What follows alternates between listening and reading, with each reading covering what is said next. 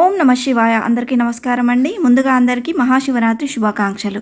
ఈరోజు మన ఛానల్లో మహాశివరాత్రి పూర్తి పూజా విధానం ఏమిటో, ఉపవాసం జాగరణ దోషం లేకుండా ఎలా చేయాలో, అలాగే ఈరోజు ఏమైనా తినవచ్చా, తాగవచ్చా, ఆరోగ్యం సహకరించిన వారు పాటించవలసిన నియమాలు ఏమిటో, ఈరోజు అస్సలు చేయకూడని తప్పులేమిటో ఈరోజు మనం ఈ వీడియో ద్వారా పూర్తి వివరాలు తెలుసుకుందాం. ఎక్కడా స్కిప్ చేయకుండా పూర్తి వీడియో చూస్తారని ఆశిస్తున్నాను.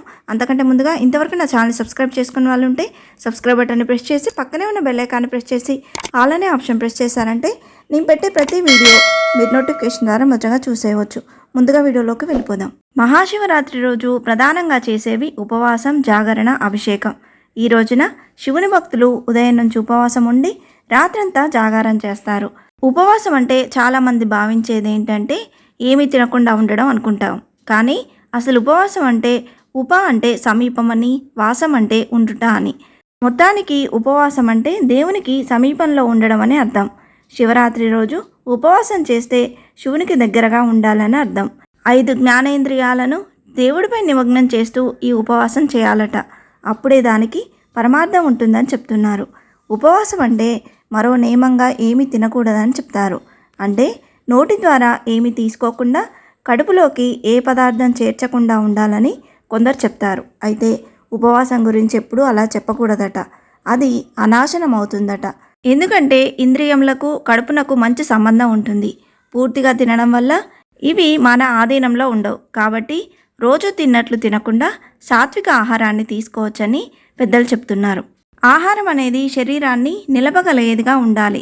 మరీ ఖాళీ కడుపుతో ఉంటే మనసు దేవునిపైన నిమగ్నం కాదు. అందుకని సాత్వికంగా ఉండే ఆహారం అంటే పాలు, పండ్లు లాంటి ఆహారాన్ని తీసుకోవచ్చు. జ్ఞానేంద్రియాలు కూడా చేసే పూజపై నిమగ్నమై ఉంటాయట.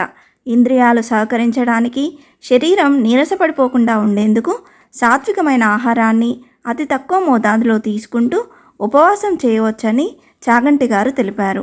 ఎంత తింటే భగవంతుని యందు అనురక్తం కావాలో తెలుసుకొని సమతుల్యం చేసుకోవడమే ఉపవాసం. ఏమీ తినకుండా కూర్చొని ఇతర పనులు చేసుకోవడం ఉపవాసమే కాదంట. ఆహార నియంత్రణ చేస్తూ దేవుడి దగ్గరగా ఉండడమే ఉపవాసం. చాలామంది ఆఫీస్కు వెళ్తూ దేవుడికి దూరంగా ఇతర పనులకు దగ్గరగా ఉంటారు.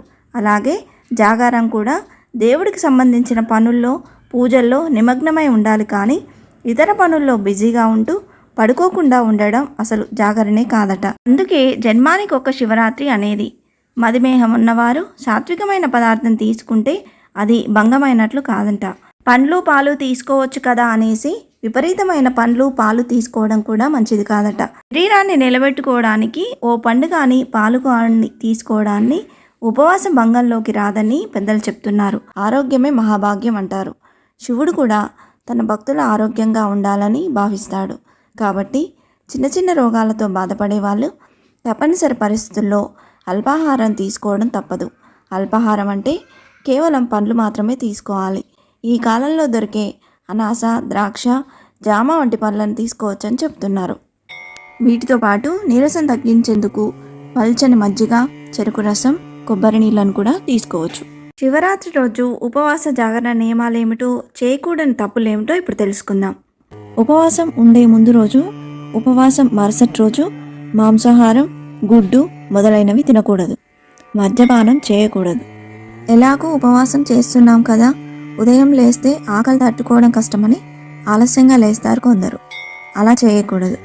ఉపవాసం ఉండే రోజు ఉదయం సూర్యోదయానికి ముందే నిద్రలేచి తలపై నుంచి స్నానం చేసి శివదర్శనం చేసుకొని శివనామస్మరణతో ఉపవాసం ఉండాలి. రాత్రి వేళలో శివలింగానికి పూజలు చేస్తూ జాగారం చేయాలి.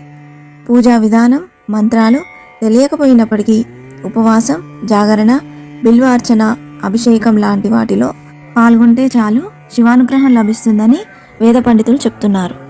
ఉపవాస నియమాల గురించి తెలుసుకున్నాము. ఇప్పుడు ఉపవాస వ్రతం ఎప్పుడు ముగించాలో తెలుసుకుందాం.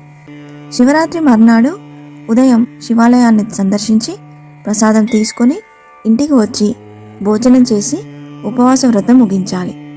అందరూ గుర్తుపెట్టుకోవాల్సిన ముఖ్య విషయం, శివరాత్రి నాడు ఉపవాసం, జాగరణ చేసిన వారు తర్వాతి రోజు రాత్రి వరకు నిద్రించకూడదు.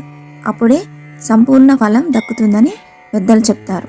నిష్టగా ఉపవాస దీక్ష చేస్తూ శివనామస్మరణ చేయటం వల్ల ఉపవాసం ఉన్న ప్రతిఫలం లభిస్తుంది. శివరాత్రి రోజున ఉపవాస దీక్ష చేయడం వల్ల ఇంత పుణ్యం లభిస్తుందో జాగరణ చేయడం వల్ల కూడా అంతే పుణ్యం లభిస్తుంది. అయితే శివరాత్రి రోజు ఇష్టం వచ్చినట్లు కబీర్లు చెప్పుకుంటూ కాలక్షేపం చేసి జాగరణ అసలు చేయకూడదు. జాగరణ చేసే ప్రతి క్షణం శివుని ఆరాధనలోనే ఉండాలి. అప్పుడే జాగరణ చేసిన ప్రతిఫలం దక్కుతుంది. ఆ శివయ్య యొక్క కరుణా కటాక్షాలు మనందరి మీద ప్రసరించాలని కోరుకుంటూ, ఇంతే ఫ్రెండ్స్, ఈ వీడియో మీకు నచ్చిందని ఆశిస్తున్నాను. ఇలాంటి ఇంట్రెస్టింగ్ వీడియోస్ కోసం please subscribe my channel and press the bell icon. అలాగే లైక్ చేయండి, షేర్ చేయండి. మీకు ఏమైనా సందేహం ఉంటే నా కమెంట్ బాక్స్లో పోస్ట్ చేయండి. మరొక మంచి వీడియోతో మీ ముందుకు వస్తాను. అంతవరకు సెలవు. సర్వేజన సుఖినో భవంతు. స్వస్తి.